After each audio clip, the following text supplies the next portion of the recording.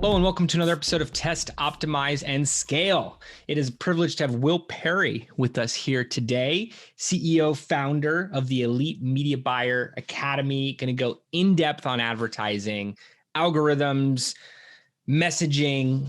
Already just in the digital green room here, having fun in the conversations. Will, it's a pleasure to have you on. Yeah, I can't wait to see what we're going to find ourselves into today, to be honest. Excellent. And I know you have a deep background, over 65 million in advertising. Yeah. Just in paid ads. 7 to 8 figure brands is who you're generally working with, direct to consumer. Can you share your background, your story with the audience to kick things off? Yeah, absolutely. So I kind of got into marketing through journalism, actually.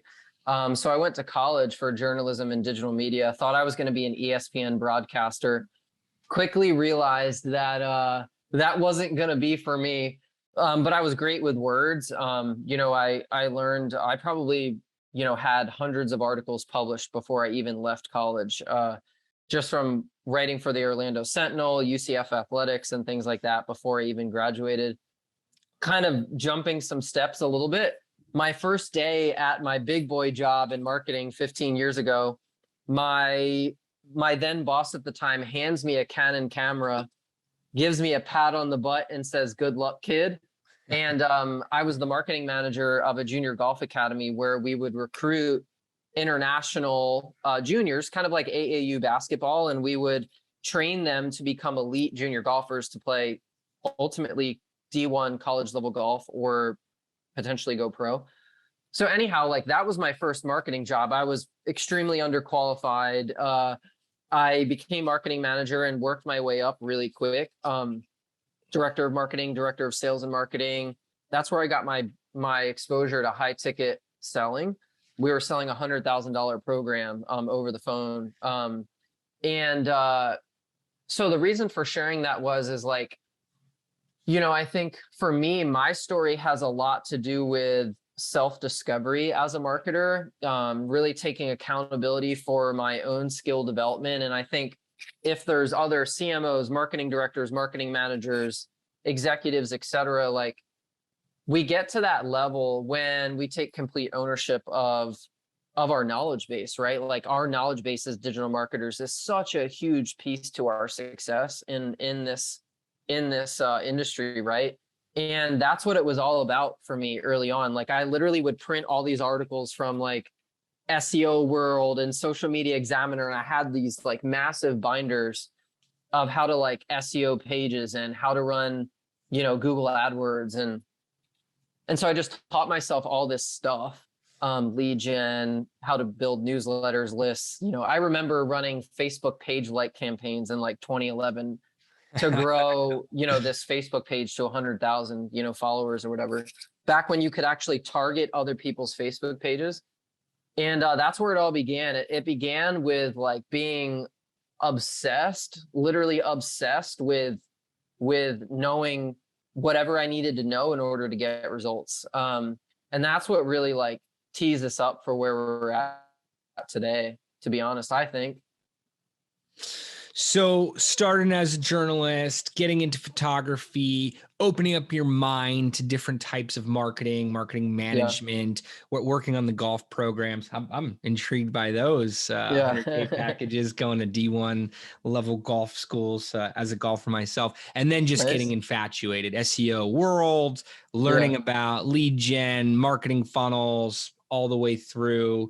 And at that point, you started working for brands and at volume, starting to see what worked, what didn't work in different industries. Yeah, exactly. So I kind of had this like blank canvas, when I worked at that golf academy to try anything and everything that I possibly could. I was managing a lot, almost too much, in those early years. I was taking sales calls while I was running social media posts and buying media from Golf Channel. Like, I was taking calls with agents in China at 12 o'clock at night, closing $60,000 to $100,000 contracts, and then responding to chat leads, like through the website.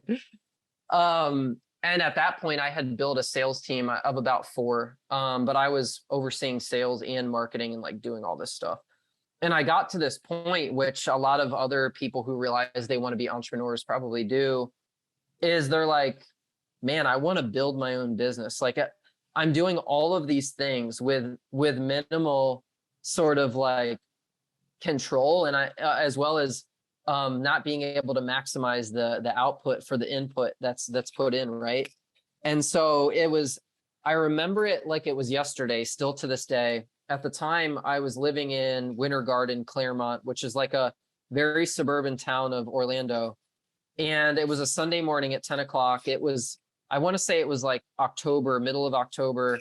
It's 80 degrees outside. My windows are down. This is a place where people move. And at the time, I think I was like 27. This is a place where people move their families. Like this is a family town. Like this is where people retire. Like, and you've got this 27-year-old guy making $100K a year. And it's like, what am I doing? Like, it's Sunday. It's beautiful outside. I'm 27. I'm not hanging out with my friends. I'm driving to BJ's to buy groceries on a Sunday. And I was like, I realized that I was coasting, like that I was not exploring my full potential as a professional, let alone then to become an entrepreneur. And I want to say that it was like 2 weeks. I turned in my 2 weeks notice. I didn't even have a client, and I started freelancing. You know, and it's just like, and now, you know, fast forwarding, you know, 8 years or so later, you know, generating tens of millions of dollars in high ticket sales through my companies, you know, spending tens of millions of dollars for brands and consulting on, you know, 7, 8, 9-figure brands, and building now this elite media buyers community where I'm sharing day-to-day SOPs for people to become the top 1%. It's freaking wild. Like, I'm actually really bad at the perspective part, you know, because like I'm 110 miles an hour all the time. And I'm, you know, if you're familiar with Strength Finders, I'm always thinking about the future. I'm always thinking about the next step. I'm always thinking about the decision that I need to make in order to get where I want to go. And that's where it started. Like, and, you know, and then, yeah, just started working with clients. I, you know, back then, like landing 4 contracts as a freelancer for like 2,500 to $3,000 a month, where you're doing like 10 to 12 grand a month as a freelancer, is like, it's pretty darn good. And then I was like, oh, I think I like have to build an agency now. And that's kind of what happened. Like I hired, you know, my first employee, and then I was like, I don't know how to do this. I don't know how to train this person. Like, what am I supposed to tell them what to do? You know, and then started very wide in the beginning. I mean, I was offering SEO, email marketing, social media management, like building webinar funnels, building landers, building websites, doing package redesign. And it was like, it worked, but it wasn't focused, right? It wasn't focused at all. And I would say every year that has gone on since that point, niche down, niche down, niche down, niche down, niche down. And for anybody who's, you know, listening, I think one of the biggest pieces of advice that I have is, sometimes I think the mind can get stuck in between this spot of abundance and fear with like, if I niche down, my market's going to be smaller, right? Or like, I want to be able to market to everybody. I can straight up tell you that the only reason that I specifically, me, am at this point in my career with our businesses is because we've not only niche down like once, but like 5 different layers. Sure. You know, and, you know, I don't think that I would have had some of the success that I've had if I didn't do that. And so every year that went on, it was like, we weren't even doing e-com 7, 8 years ago. And then it was like, okay, we're going to do e-com. And then it was like, we're going to do ads and email for e-com. And then it was like, well, we're going to do ads, email, and we're going to do video. And then it was like, well, now we're going to build, you know, webinar funnels for people. And now the only thing we do is we build high performance creative for fast scaling brands who need UGC content that gets them to, you know, 6 figures or more a month in spend. And then we scale their accounts. Like that is literally it. specific niches, specific industries, like specific offers only. Because we've experienced a lot of the pain of like what actually works online and what doesn't. So anyways, maybe you got more than you bargained for there. And, you know, that was like a 7-minute response to like a really simple question. But, you know, that's where we're at. Like it's gone deeper and deeper, you know, every year. As we've gone down similar roads with our agency, I'm right there along with you. Those 7 minutes were great. And I'm curious though, you mentioned UGC, user generated content. Yeah. You mentioned high impact creative. You also talked about specific industries and specific offers.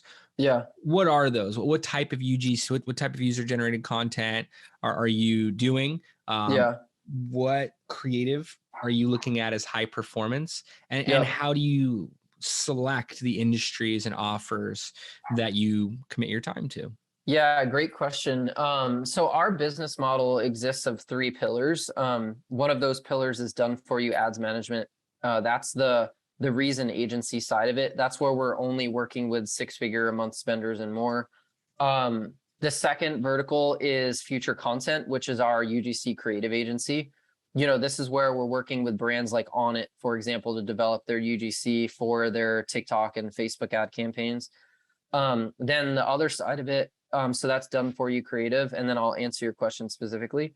The third vertical is elite media buyers, which is where we give agencies and ad buyers the day-to-day SOPs for the consistency and the results that they desire. And that includes like messaging frameworks, UGC frameworks, testing and optimization frameworks, scaling frameworks. And, you know, when it comes to the UGC side, it's, I think one of the biggest mistakes that a lot of brands are still making, whether it's in-house or out of house, including agencies, is even the native content that I see is still not, it's still very branded, you know, and very branded UGC content often leads to high CPMs in the account. Doesn't matter if it's TikTok, doesn't matter if it's Instagram, doesn't matter if it's Facebook. So brands that are struggling to either A, get UGC to be profitable at scale, let alone get it to work just to get it to work. You know, I think they're struggling with this idea of that, like, I need a Harmon Brothers style video that costs $50,000 and it needs to be shot on a Sony Red-Eye camera, and it needs to be a 2 to 3 day video shoot, and it like for it to look native. No, like I want it shot from an iPhone. I want it cut and edited in TikTok or in CapCut because I want it to look like you sent me a video and I posted it in my feed. So that is the definition to us of high performance native UGC content, is that it is everything anti-creative agency. You know, it is putting the messaging first and the hook first, most importantly. And it's keeping the main thing, which is that people are on TikTok to literally watch the heck out of engaging videos. And if you can tie a direct response script into that type of format, people will watch and they will buy. But the minute that it doesn't look like anything else that's in their feed, they're like, I'm out. Either they leave the app or they scroll past it, and you'll see you will be charged more as an advertiser because your creative and content is forcing people to leave the app. Or your thumb stop rate is going to be super low. Thumb stop rate is 3-second video views divided by impressions. Ideal KPI is a 30% ratio. So if you're getting a 10% thumb stop rate, think of it like Google Analytics, like bounce rates. People are bouncing from the video, right? So if they're like, oh, this is clearly not like, this is overproduced, this has branded graphics in it, like high CPMs, people leaving, your ads suck. Basically, the performance is a result of that. And it's subconscious. They feel sold to. Yeah. They're moving on. Where you're talking about, I've defined as like a TikTok first approach to creative, where you want that feel to the video. You want self-recorded feeling with a phone, but with proper editing, the hook first, the messaging first, and really you have to check to see if it's sponsored or if it's just an organic post. Exactly. verse, and you want the audience feeling like they're finding something. They're Right. in like a hack tip type of piece of content versus I'm being sold this thing.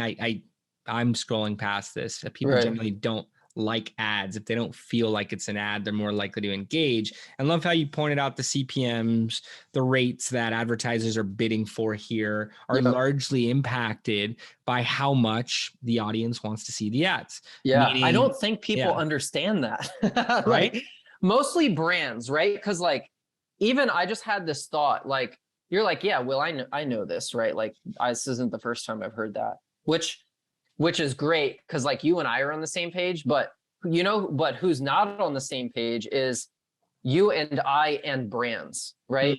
Like the brands are not on the same page as that because, I'm sure you worked with a ton of, brands as well. And they're like, oh, this creative doesn't match my brand. Yo, I could give two shits. You can delete that if you need to, or bleep it. Like the job of performance marketing is to drive conversions profitably or at efficient cost, right? So like brand is a difficult thing to navigate if you're looking for efficient ROI, right? Absolutely. And I think and a lot of our clients are clear on that. A lot of the groups we work, the stages, they're saying, hey, whatever you need to run, we're going to be measuring the performance aspects to the highest degree. Sometimes they contradict themselves, as you're saying, and state, hey, we actually do branded stuff like this, and we have to take it a step back. For us, though, it's all variant tests. Hey, no problem. We can A/B test exactly what you want. We'd also like to run this option. And we could let the analytics show us what's working best, optimize towards wherever we're getting the traction. 100%. Yeah. Love it. Yeah. Love it. You can tell we're speaking with a lot of the same groups based on this. So at a high level, and I know with your academy, you get into depth. At a high level, how should advertisers be looking at their campaigns? Is it 4 to 5 audience variants, 6 to 10 creatives, a few variants for the funnel? Is it really the hook with social proof? Is it, call to action and immediacy? What are some of the key highlights that if listeners take away, they write on a whiteboard with their team later today, they're going to be able to navigate their campaign into a better direction? Yeah. Ad variable isolation. So ad variable isolation is where you take a CRO-based approach to actually how you structure your creative testing. Facebook, Instagram, YouTube, Facebook, etc., or TikTok rather was the other one I wanted to mention. Where we built that structure and designed that framework was from Facebook, obviously. And so like, I'm not an advocate of dynamic creative. I'm not an advocate of DCO at the ad level, because the advertiser loses control, which then impedes their ability to be able to make day-to-day decision-making, right? Agreed. And so like I see it all the time. And even if let's say that you are, running with ad variable isolation, which means every time that you set up a creative test, you're going to have 10 hooks, one proven headline, one proven image ad, let's say, for example, but you're isolating the actual hook on that image in that Facebook ad, for example, and you're looking to beat the control. The problem with the way that most people structure their creative testing is they have 5 different images, 5 different ad copies, 5 different headlines. They plug it into an ad set. Their budget's too low, so it hits learning limited. And then Facebook, for example, only puts the delivery towards 1 or 2 assets. So they're never able to validate 3 of the 5 technically assets, even though there's like whatever 5 times 5 is 25 times 5 is 125 times 3 is 375. You literally have 375 variables within that 5 ad set. And then when the client asks you, well, why is this working or why it isn't? You're like, I don't know. Right. So then when report says it's not, I have no idea. Or they chase ROAS, right? They're like, oh, this one's getting it's getting a let's just say modest ROAS, 2x ROAS, right? Like ooh, I need more of these, right? But then when they go into the creation, they can't replicate it because they don't know of all of the variables, which one's actually moving the needle, which one's driving impact. Yeah. So the fundamental root of what we teach in Elite Media Buyers is how to gain clarity through your inputs, because your inputs are what control your outputs. And then you can develop more clarity around your output to then bring it back into your creation. Sure. And so down to the level of like, well, is it promise hooks and headlines that are actually driving the high level of intent conversion, or is it proclamation-based statements, or is it X result in Y time style offers? Most people don't even think to that level with when they're writing their messaging or their ad copy. High level people, you and your team probably do, but the majority of ad buyers and even agencies, there's a lot of bad agencies out there. Oh yeah. Don't even know how to develop the messaging, and they just kind of like develop this random messaging, and the randomness is what leads to inconsistent results.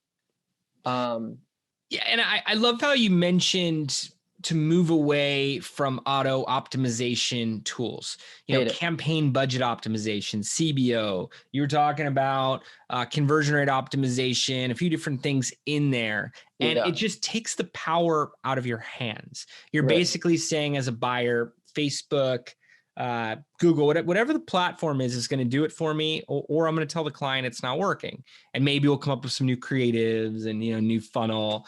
But with the ability to have somewhat of, I mean, the definition varies, but somewhat of conclusive data for each creative, for each audience, in each ad set, in each campaign, and then optimizing from the ground up there versus just optimizing at the ad set at the campaign level. I know a lot of groups that think, just open targeting is the way to go, which is fine. And we've seen some ad sets perform to outstanding levels there, but you need to have some comparables. You need to be able to say it's performing better because look at these other ones, and then be able to do it from there. But I always laugh. We'll look inside. I do programs with different accelerators. I'll look at 10, 20 different advertisers' campaigns. And if there's one creative running and, there's 5 or 6 that Facebook's optimized away from, then they say, oh yeah, that ad set didn't work, when really they didn't even scratch the surface on which creatives are driving. Right. And I think that there will be a moment in time where, like it's already kind of happening, where us as advertisers will have to just give up to the fact that the dynamic sort of delivery factor. I mean, it's happening with Performance Max on Google, right? Like Facebook just rolled out, Meta just rolled out, Advantage Plus shopping. But at the end of the day, we still control our input, which is the creative, and that's the messaging. And then our ability to be able to interpret that data. So while Facebook and the AIs and all those things might get better at matching the targeting, we still have to load it with good copy, right? Like we still have to load it with a great offer. We still have to load it with a great, converting creative or what have you. And we need to be able to garner, like this demo unboxing video with this 3 reasons why to buy X style UGC creative consistently converts every time because of this demo style video plus this X result in Y time style headline, which is old school, like billboard, magazine cover, newspaper cover style headline writing. That's not going to really go away. And I think people have been too dependent upon the platform itself, like audience hacking their way to results. And that's what went away with attribution, right? That's what went away with iOS, is people struggled to be able to audience hack their way to ROI. Mm-hmm. And I think they're still struggling to figure that out because they're either they have realized how much more the creative is important, or they don't know how to do it. Mm-hmm. I mean, the creative, the messaging in many regards is everything. And I learned that early on, where you can drive millions of impressions, traffic to a campaign. And if the messaging's not resonating, you're still going to get the same response across the board, where I thought at one point, enough eyeballs equals performance.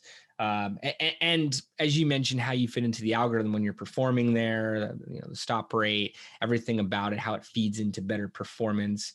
As you're touching on attribution, this is a sensitive topic. Over the past year and a lot of people have different views on it too. A lot of different views.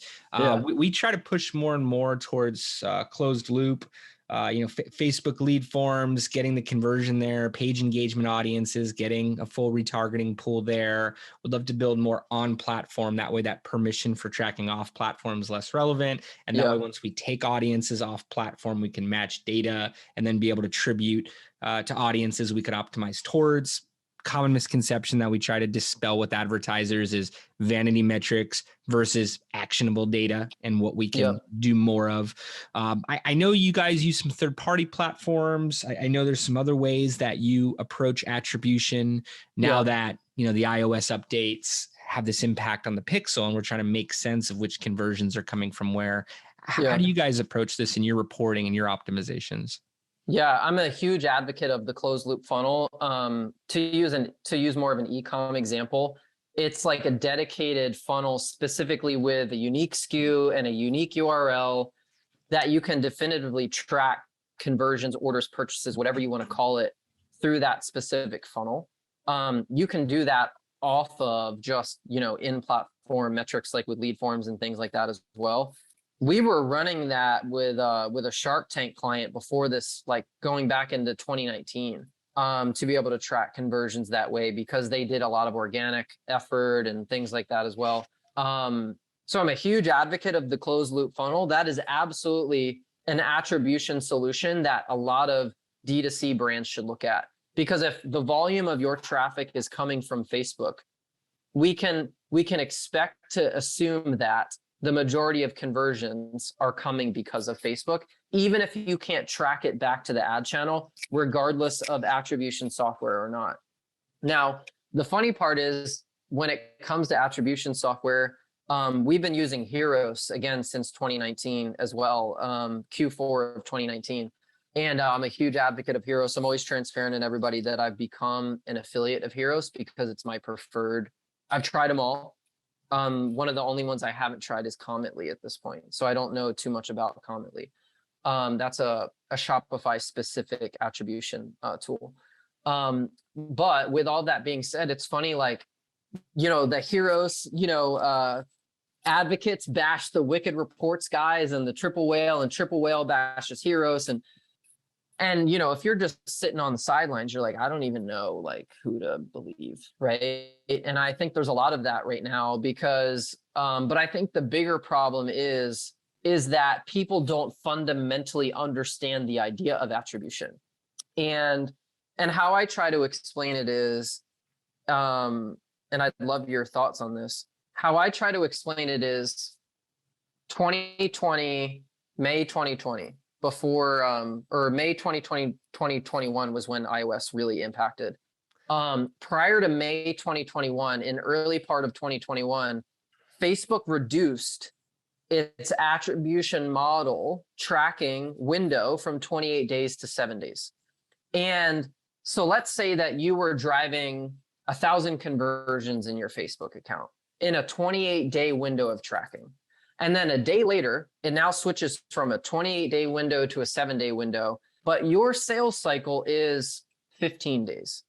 So now you're only tracking, I'm going to just make up a percentage, 50% of your conversions in the ad account based on what you can see, physically see. And I think that's the part that really is messing with people's minds, is they don't fundamentally understand that, like, the conversions aren't going away. Your ability to see them is going away. Correct. Right? So the sales cycle that you could view within the ad platforms used to be larger. So that has been condensed. Then data was pulled away.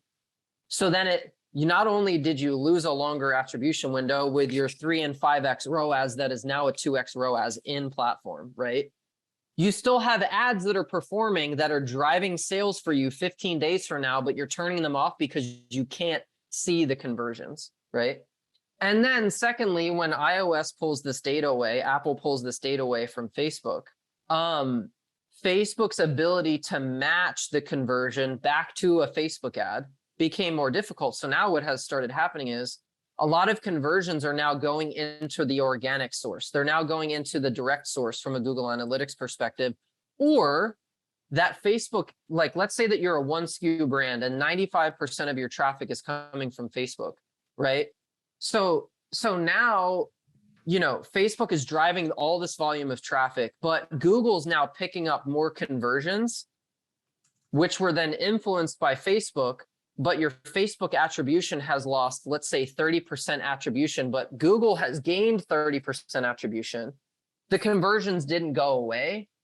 Like when you're looking at a true last click conversion, Facebook is driving the intent.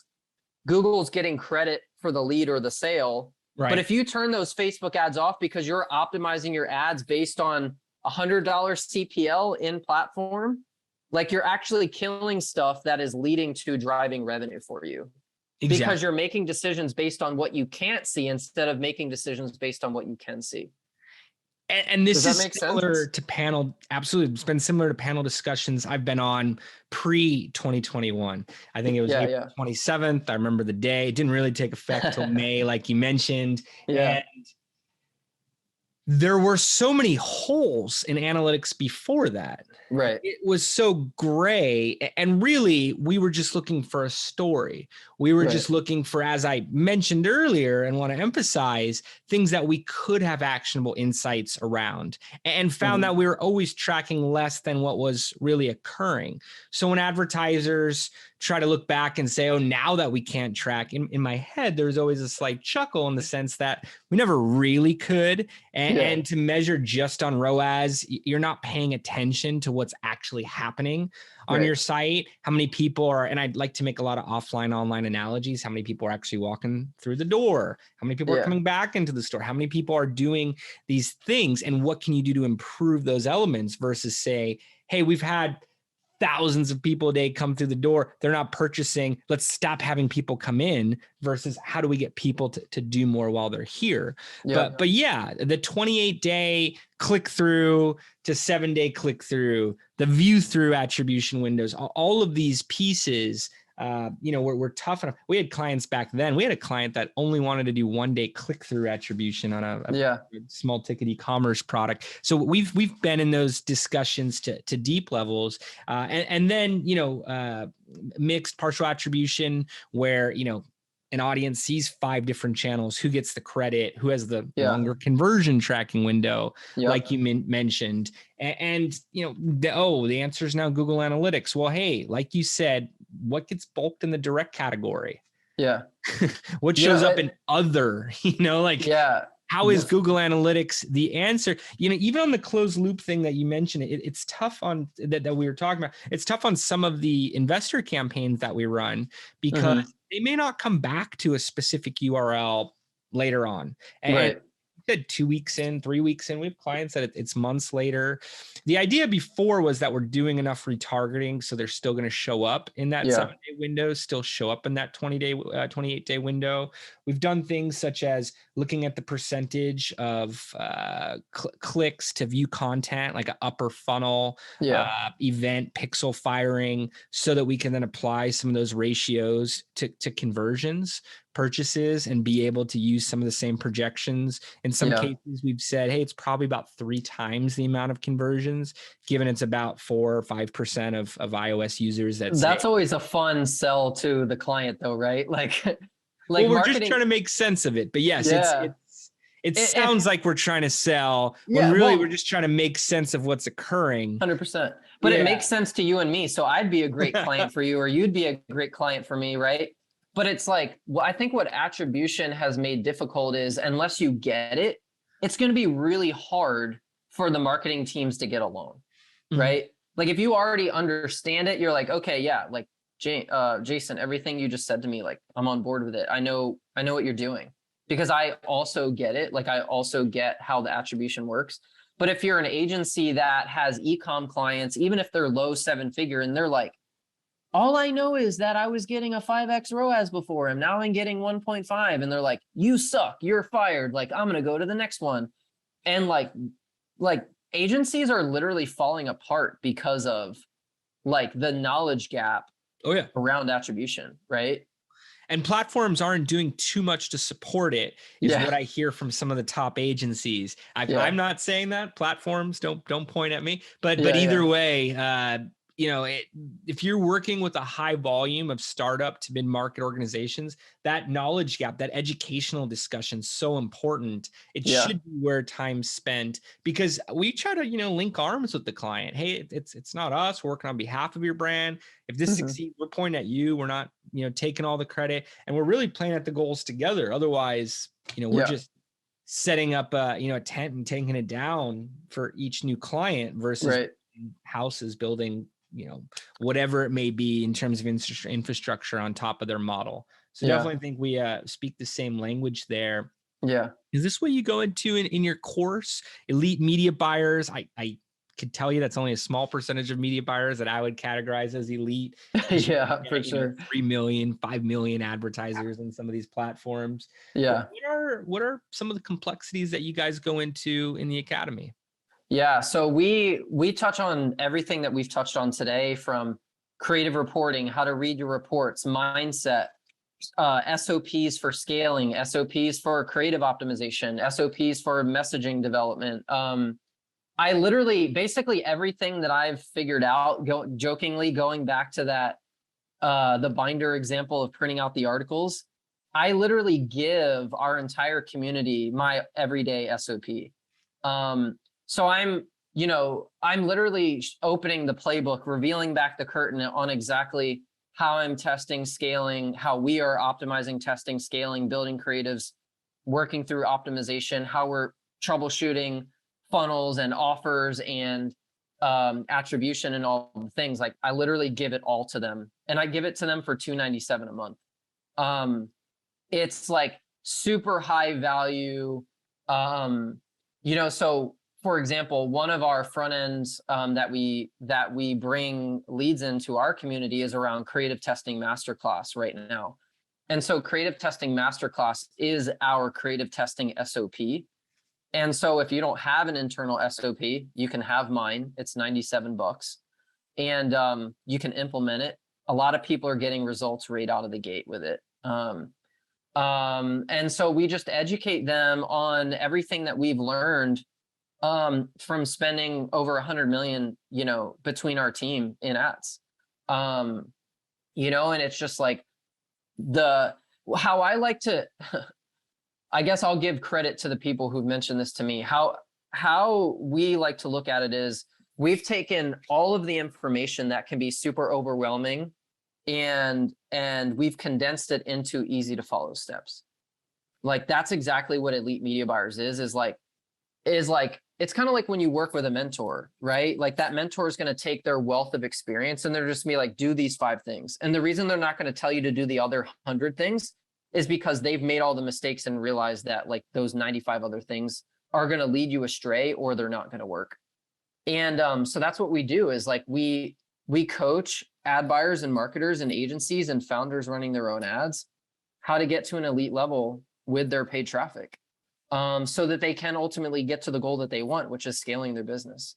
Because obviously paid advertising is a massive lever for growth. Oh yeah. But it's a thorn in so many people's sides.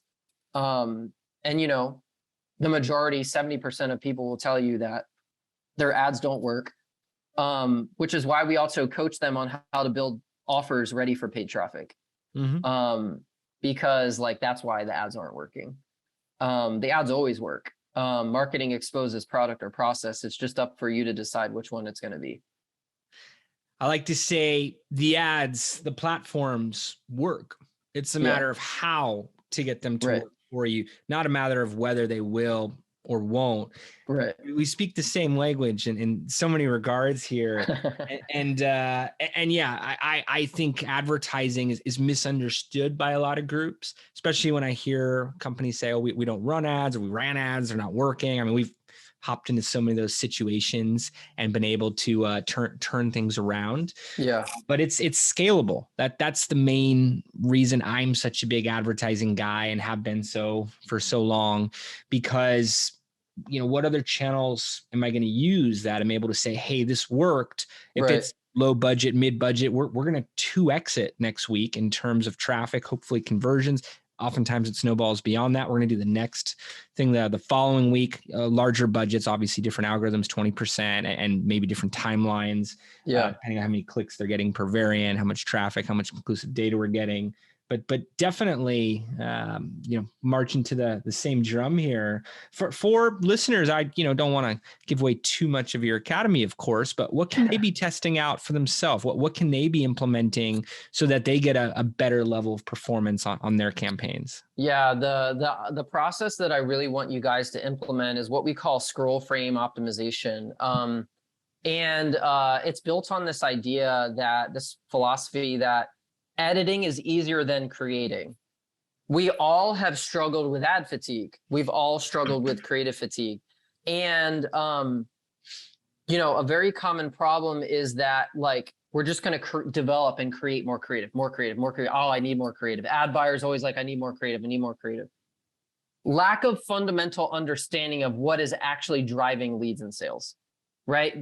The request for more creative, and I've had it within my companies, because that's the only way that I know, is I need more creative. Well, what should it look like?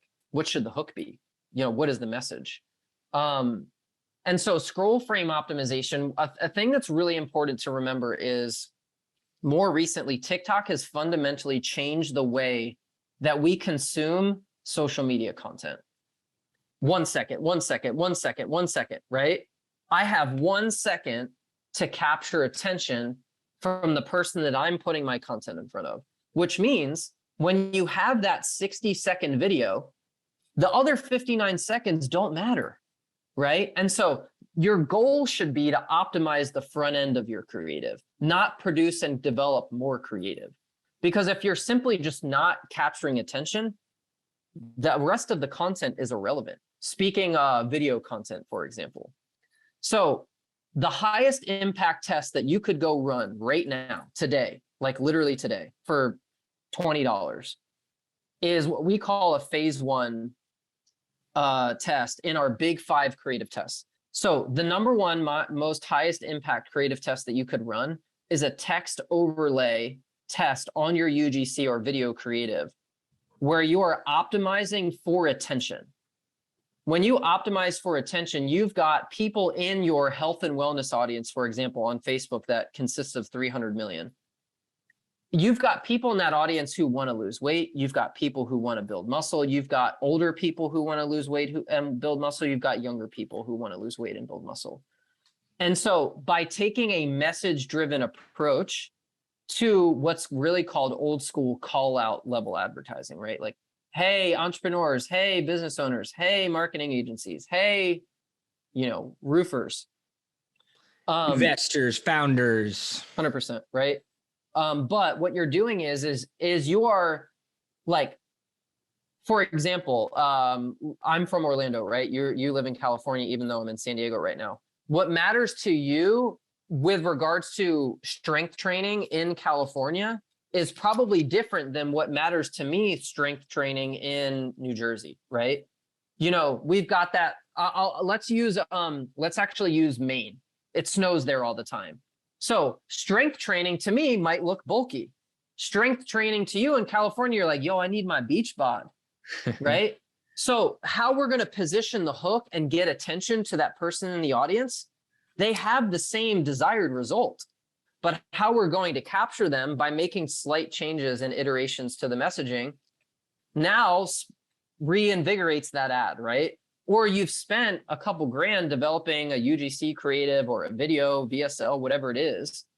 But if you focus on the high impact test of the front end of the hook of your creative, which there are 5 of those tests, today I'm giving you 1.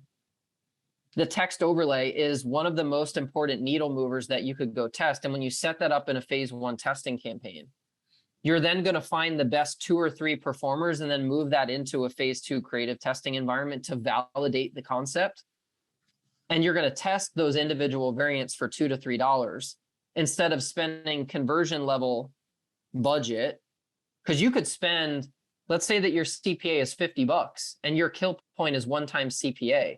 Those 50 variants would cost you $500 to test, right? So now we're testing them for 25 to $30. We're moving them through rounds of validation with clarity, by the way, because we're using ad variable isolation the entire way with a 4-phased decision-making structure, right? Before we scale it. Mm-hmm. Mm-hmm. So that's the biggest thing that I think that people could go do is focus on scroll frame optimization, optimize your creative by getting clarity on what actual elements are working with your creative. You will find clarity like you've never believed. Some people might already be doing this. It's probably a very small few, like less than 5% of advertisers. I like the terminology that you've created that you use here.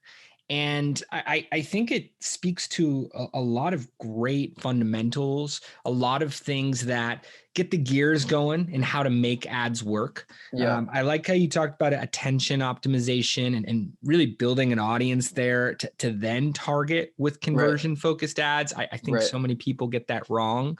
Let's say a listener goes through this. Yeah. And within a week, within 2 weeks, 3 weeks, they're running it and seeing limited levels of performance. I wouldn't want them to make any changes that are too drastic, too quick. Yeah.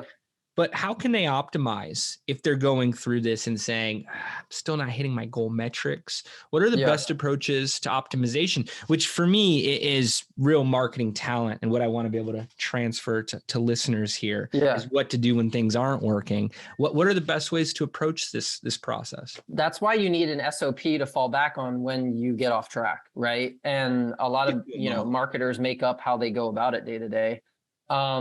So if you implement the structure will not lead you astray. So even if you're not hitting your metrics, what you need to still be able to do is find wins in what you're testing so that you can build what we call your winning ad formula.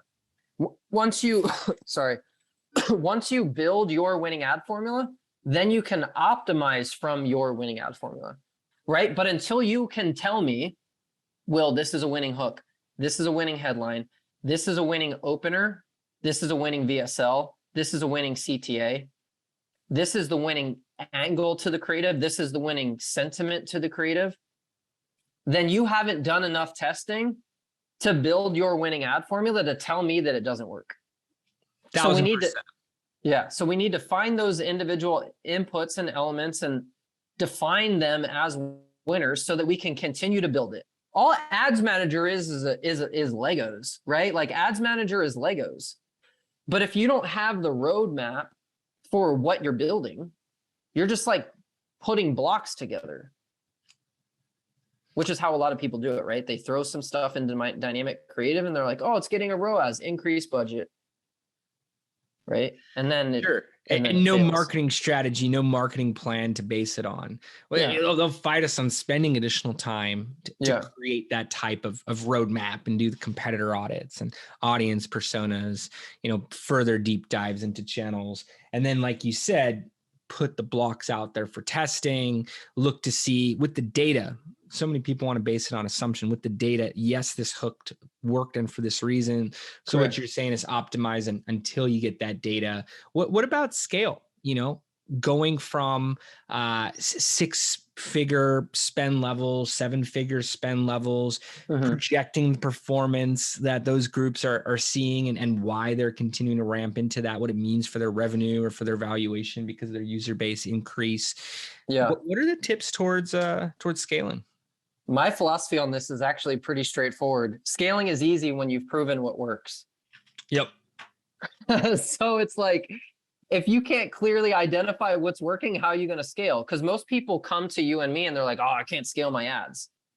And you're like, well, is it because are you fearful of actually putting the $10,000 a day budget into the ad platform? Or is it because you fundamentally don't know what is actually driving sales for you and therefore you're having trouble replicating it?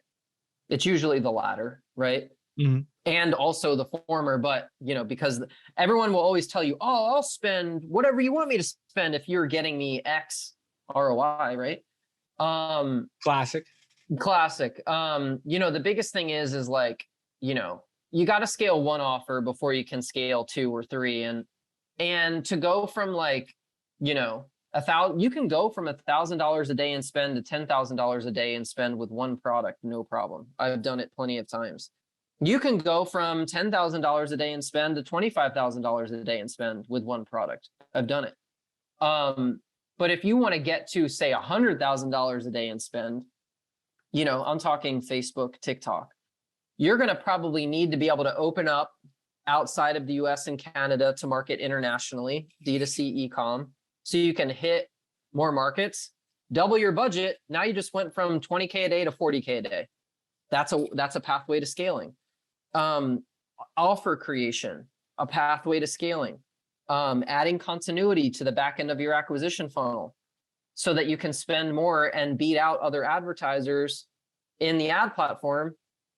That's a faster strategy for scaling because it becomes a cash flow thing.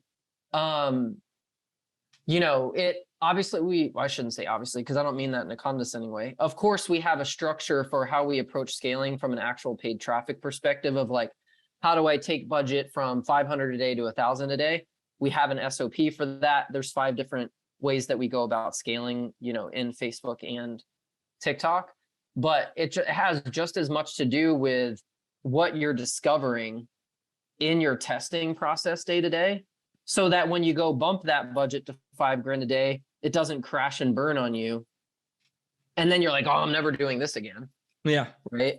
So scaling is easy when you've proven what works. Mm-hmm.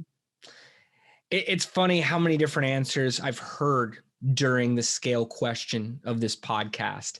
And many of those are not around spend, which shows that they're more of a philosophy where you're talking about the tangible steps to get there. To go from this ad spend, and no one wants to spend. It's what they're buying. They're buying the traffic. They know the traffic is going to convert, and being able to spend at much higher levels.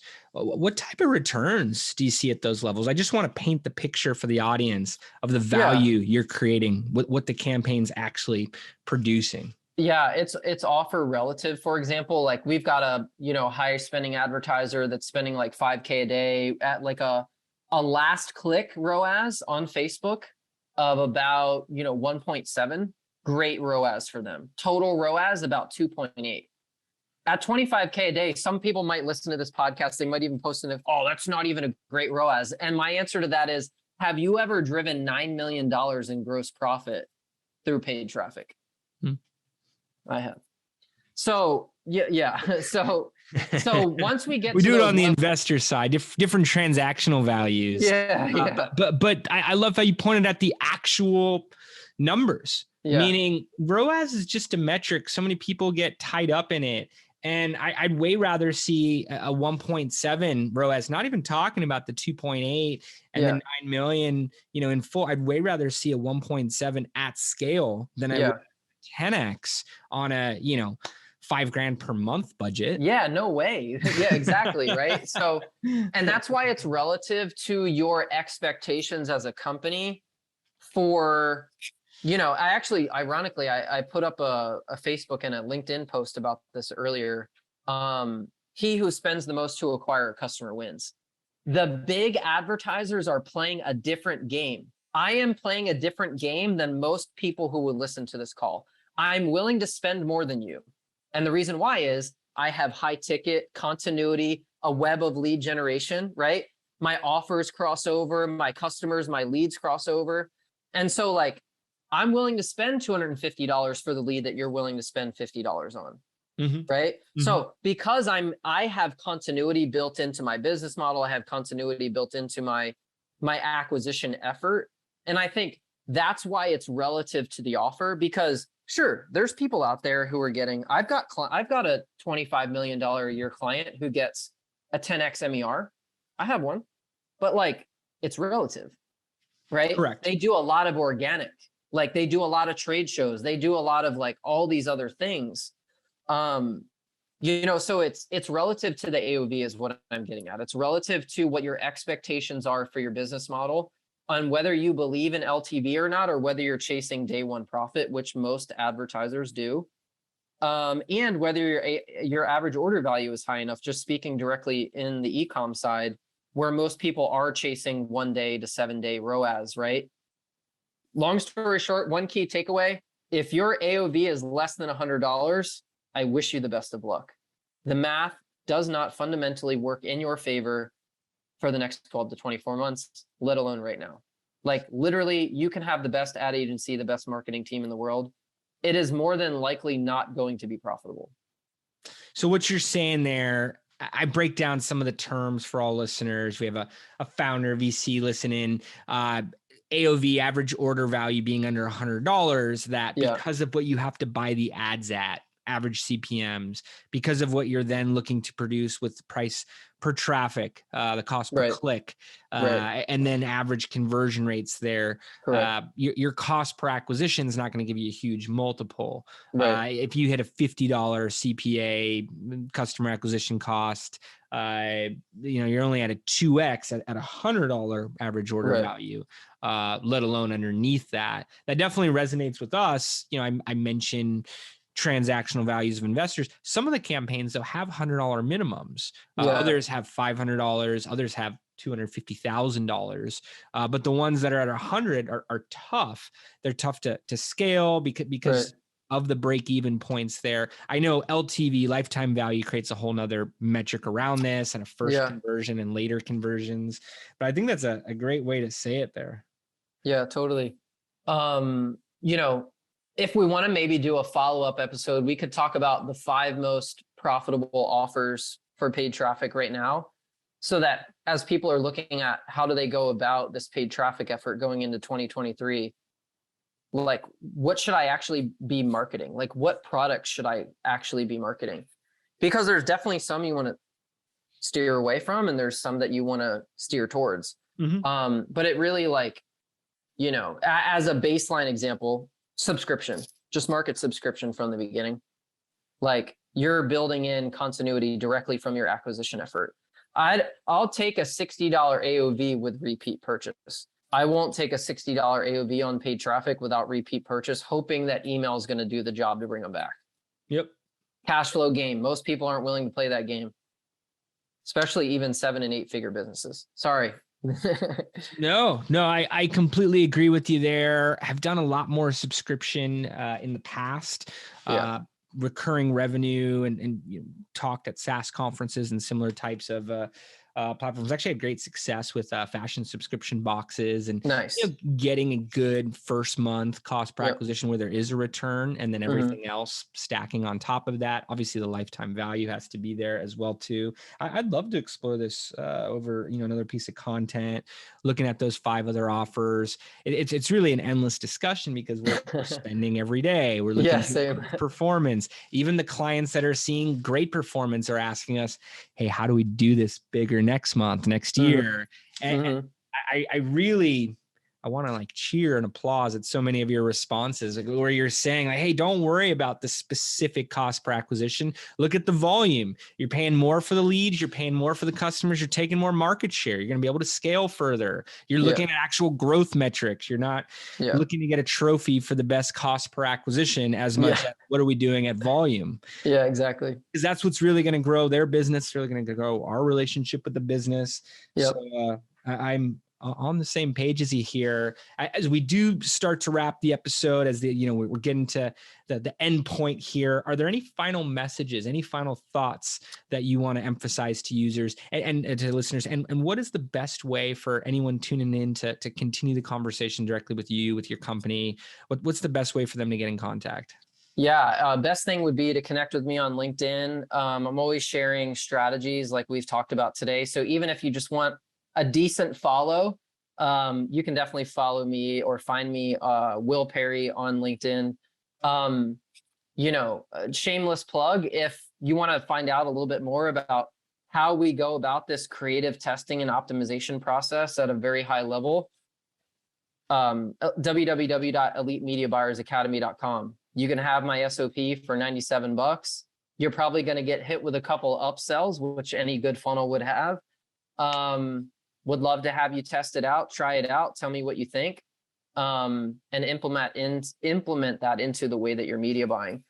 In terms of one last final takeaway, I would say, I think it's really looked like, because we talked a lot about the profitability of ads as well today, I think it's going into 2023, this is probably good timing. Have a really hardcore look at how you're approaching paid traffic.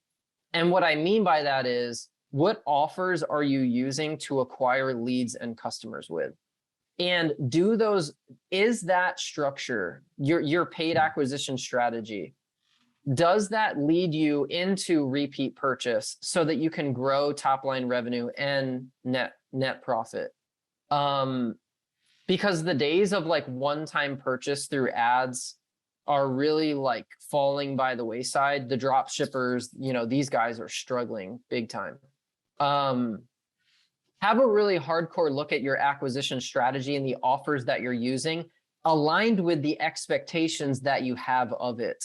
That would be my key takeaway, so that you guys can do some brainstorming for 2023 and how you're going to approach growth, and how you're going to approach paid traffic as a key piece to that. Well said. Fine words. Definitely recommend that listeners check out the Academy. It's a low price for those checklists. You could save yourself countless hours. I'm going to have my team take a look at it there. Will, want to thank you so much for tuning in, for taking time to hop in and talk with us. I want to thank listeners for listening in, watching us today as well too.